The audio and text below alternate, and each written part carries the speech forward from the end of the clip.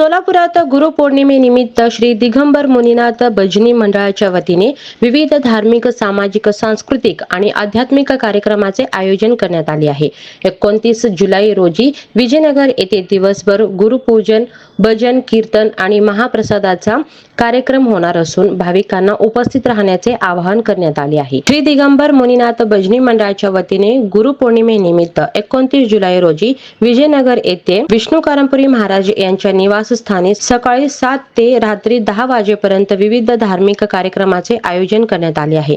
यामध्ये रुद्राभिषेक, महापूजा, महाआरती, सद्गुरु मूर्ती पीठाधीश समारंभ, दर्शन, महाप्रसाद, भजन, काल्याचे कीर्तन, महादेव लिंग पूजा आणि देवी शक्ती पूजा यांचा समावेश आहे।